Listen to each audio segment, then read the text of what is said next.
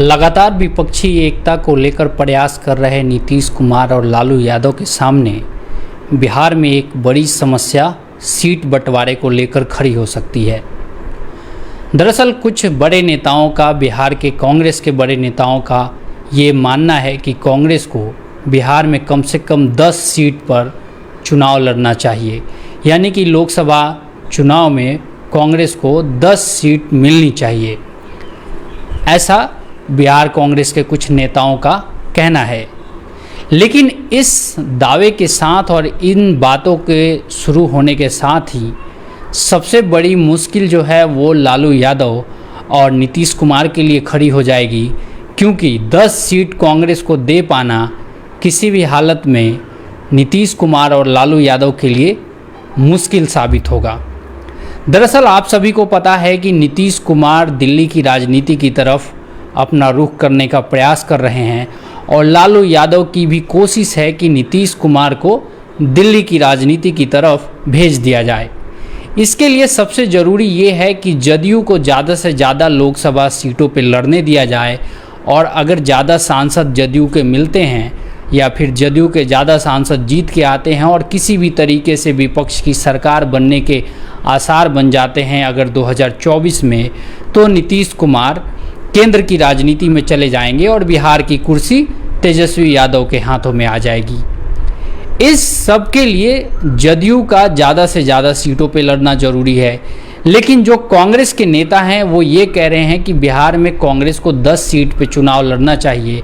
ऐसे में नीतीश कुमार और लालू यादव के लिए काफ़ी मुश्किल भरा दौर हो सकता है, क्योंकि आप सभी को पता है कि कांग्रेस का इतना कोई बड़ा जनाधार नहीं है बिहार में जो कि वो किसी भी तरीके से यूटिलाइज करके कुछ सीटों को जीतने में कामयाब हो पाए।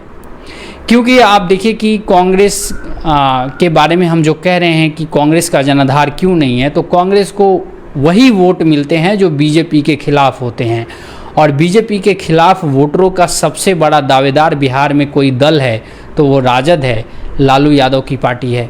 तो ऐसे में लालू यादव की पार्टी, विधानसभा चुनाव में भी आपने देखा होगा, लालू यादव की पार्टी कांग्रेस को अपने कंधों पे लेके ढो रही है।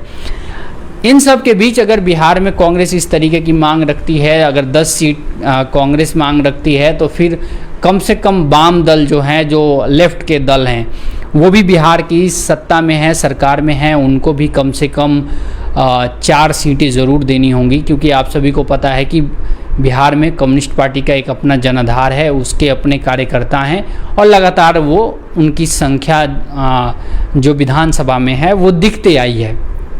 कांग्रेस की भले कांग्रेस का कैडर भले कमज़ोर हो जाए, लेकिन वाम दलों का यानी कम्युनिस्ट पार्टी का कैडर कमज़ोर नहीं हुआ है। ऐसे में मुश्किल से लगभग 25 से 28 सीटें बचती हैं, जिस पे राजद और जदयू को दोनों को लड़ना पड़ेगा।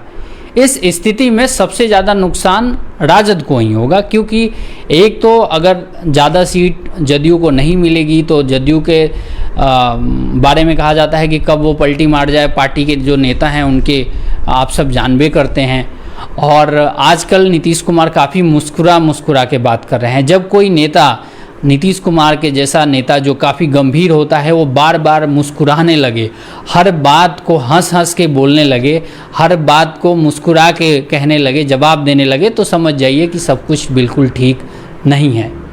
मैंने इससे पहले एक वीडियो में बताया था कि पिछले कार्यक्रम में जो 19 तारीख को था, राजगीर में मलमास मेले का उद्घाटन था, जिसके मुख्य अतिथि तेजस्वी यादव बनाए गए थे, लेकिन वो उस कार्यक्रम में शामिल नहीं हुए। मुख्यमंत्री नीतीश कुमार ने ही वहाँ पे जो औपचारिकता थी उनको पूरा किया था। तो कहीं ना कहीं थोड़ा सा दिक्कत तो है, इस बात से इनकार नहीं किया जा सकता है, नकारा नहीं जा सकता है। ख़ास तौर पे सीट बंटवारे की बात जब से चलेगी तब से और ज़्यादा महागठबंधन में तनाव देखने को मिल सकता है। और अभी फ़िलहाल जो नीतीश कुमार दिख रहे हैं वो मुझे व्यक्तिगत तौर पे, देखिए आप कहने के लिए लोग कुछ भी कह सकते हैं, लेकिन व्यक्तिगत तौर पे मुझे लगता है कि नीतीश कुमार कभी भी कुछ भी कर सकते हैं। क्योंकि नीतीश कुमार को प्रेस रिपोर्टरों से, मीडिया के लोगों से इस तरीके से हंस के बात करते हुए, हर बात में मुस्कुरा के जवाब देते हुए नहीं देखा गया है। वो एक कहावत है कि कौन सा गम छुपा रहे हो जो आप इतना मुस्कुरा रहे हो। आप लोगों ने ये कहावत सुनी होगी, बहुत पुरानी कहावत है कि कौन सा गम आपके अंदर है कि उसको छुपाने के लिए आप मुस्कुरा रहे हो। तो नीतीश कुमार के साथ अभी फ़िलहाल मेरे नज़रिए से जो मुझे समझ आता है कि ऐसा ही कुछ लग रहा है। नीतीश कुमार के अंदर कुछ ना कुछ चल रहा है और नीतीश कुमार आजकल उनका एक नया ट्रेंड बन गया है। नीतीश कुमार क्या करते हैं कि वो किसी भी मंत्री के घर चले जाते हैं बिना बताए, बिना किसी सुरक्षा गाड़ी को साथ लिए, बिना कोई बड़ा प्रोटोकॉल फॉलो किए। यानी कि उनकी एक गाड़ी होती है, एक पेट्रोलिंग गाड़ी होती है और पेट्रोल की गाड़ी होती है, और नीतीश कुमार मंत्री के घर पे पहुंच जाते हैं कि वो मंत्री किन से मिल रहे हैं, उनके यहाँ चल क्या रहा है। तो क्या नीतीश कुमार के मन में ऐसा कुछ डर है कि क्या कोई मेरा मंत्री मेरे खिलाफ कोई साजिश करके ज़्यादा विधायकों को लेके अलग हो सकता है, या तो वो राजद की तरफ जा सकता है या फिर बीजेपी की भी तरफ जा सकता है। मेरे नज़रिए में बीजेपी की तरफ जाने के चांस अभी कम है। राजद की तरफ कोई इनका नेता 15-20 विधायकों को लेके निकल जाए तो इसमें कोई अचंभे वाली बात नहीं है, एकदम नहीं है, बिल्कुल नहीं है। तो इसके वजह से जो नीतीश कुमार हैं, जो उनकी कार्यशैली में बदलाव आया है, वो बिना सुरक्षा को लिए मंत्रियों के यहाँ पहुँच जाते हैं। कभी पत्रकारों से, अभी जब वो बेंगलोर से लौटे थे, आप लोग देख रहे होंगे, उनका इंटरव्यू आया था, काफ़ी 2-3 जगह उन्होंने उनका बयान दिया था। उनका इंटरव्यू नहीं था, बयान था।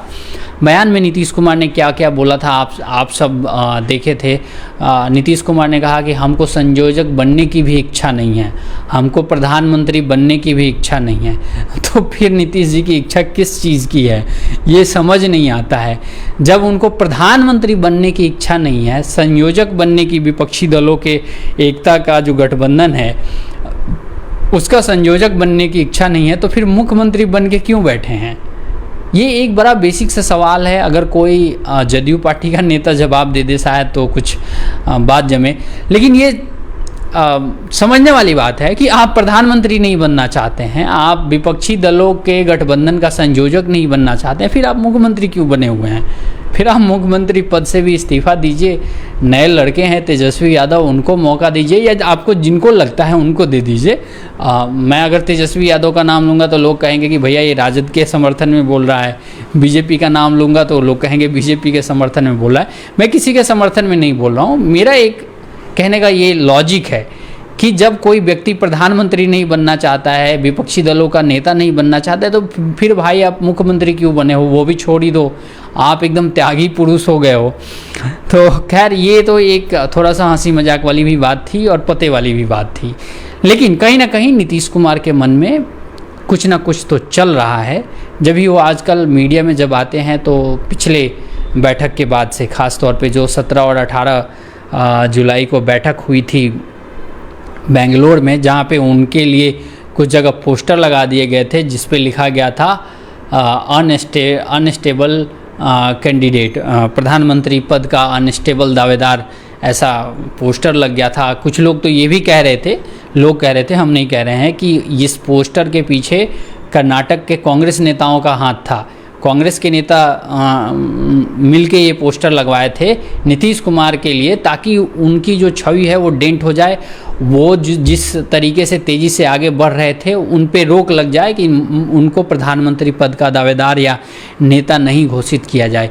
इसके अलावा एक और बात है, इसके अलावा उनकी कुर्सी दूसरे दिन उनको बदल दिया गया। पहले दिन वो सेंटर में बैठे हुए नज़र आए थे, लेकिन दूसरे दिन, बैठक के दूसरे दिन यानी 18 तारीख को उनकी कुर्सी को बदल के थोड़ा साइड कर दिया गया था, उससे भी नाराज़ दिखे थे वो।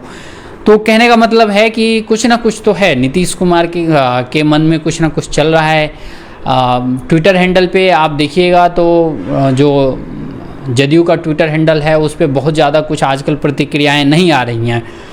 साथ में जो राजद का भी ट्विटर हैंडल है उससे भी बहुत ज़्यादा उत्साहजनक जो प्रतिक्रिया जो होती है वो नहीं आ रही है। सब लोग मणिपुर पे ज़्यादातर बात कर रहे हैं। हाँ, एक और मज़ेदार बात आज हुई है। आज माफ़ कीजिएगा, मंगलवार नहीं है, सोमवार है। संसद की कार्रवाई चल रही थी राज्यसभा में, और राज्यसभा के सभापति ओपी धनखड़ जो अभी कुछ समय पहले तक पश्चिम बंगाल के गवर्नर थे, वो कार्रवाई को अपने अंडर में ले रहे थे। उस समय आम आदमी पार्टी के एक नेता हैं और सांसद हैं संजय सिंह, उन्होंने बहुत हल्ला किया, बहुत ज़्यादा नारेबाजी की। उसके बाद आम आदमी पार्टी के सांसद संजय सिंह को, जो राज्यसभा के सभापति हैं ओपी धनखड़, उन्होंने इस सत्र के लिए यानी इस सेशन के लिए उन्हें सदन से निष्कासित कर दिया। यानी राज्यसभा में अब इस सत्र में संजय सिंह नहीं जा सकते हैं। इसको लेकर जदयू के ट्विटर हैंडल से एक ट्वीट किया गया कि अगर आप सरकार के खिलाफ नारेबाजी करोगे, आप चर्चा करने की बात करोगे, तो आपको सदन से बाहर का रास्ता दिखा दिया गया। हैरानी की बात तो ये है कि ये जदयू के ट्विटर हैंडल से ट्वीट हुआ था, और कमाल की बात है कि आज से 10 दिन भी नहीं हुए होंगे, पटना बिहार विधानसभा से 2 बीजेपी के विधायकों को मार्शलों ने उठा के बाहर फेंक दिया था। 10 दिन की बात है। शायद उस टाइम ये जदयू के जो सोशल मीडिया चला रहे होंगे, उस टाइम वो काला चश्मा लगा के बैठे होंगे, उनको दिखाई नहीं दिया होगा कि हाँ मेरी ही सरकार है बिहार में, और विधानसभा अध्यक्ष यानी कि स्पीकर के ऑर्डर पे मार्शलों ने 2 विधायकों को विधानसभा की कार्रवाई से बाहर निकाल के फेंक दिया था। लेकिन वो 10 दिन पुरानी बात है, ताज़ा बात तो आज की है ना, इस पे बात करनी चाहिए। तो कुल मिला के बिहार की जो राजनीति है वो काफ़ी डावाडोल सी है। मुझे लगता है कि नीतीश कुमार कभी भी संन्यास ले सकते हैं, पलटी नहीं मारेंगे इस बार नीतीश कुमार संन्यास ले लेंगे। और संन्यास लेके क्या करेंगे, आप लोग आइडिया लगाइए, कमेंट में बताइए। अगर नीतीश कुमार संन्यास लेंगे तो क्या करेंगे। मुझे लगता है कि इस बार नीतीश कुमार राजनीति से संन्यास ले लेंगे, पार्टी वार्टी छोड़ देंगे, सब कुछ। भैया जिसको जो चलाना है चलाओ, हमने तो कर लिया अपना जितना करना था। खैर फिलहाल इस वीडियो में इतना ही, मिलेंगे किसी और वीडियो में। आप लोग बने रहिएगा द बिहार मीडिया के साथ। जय बिहार।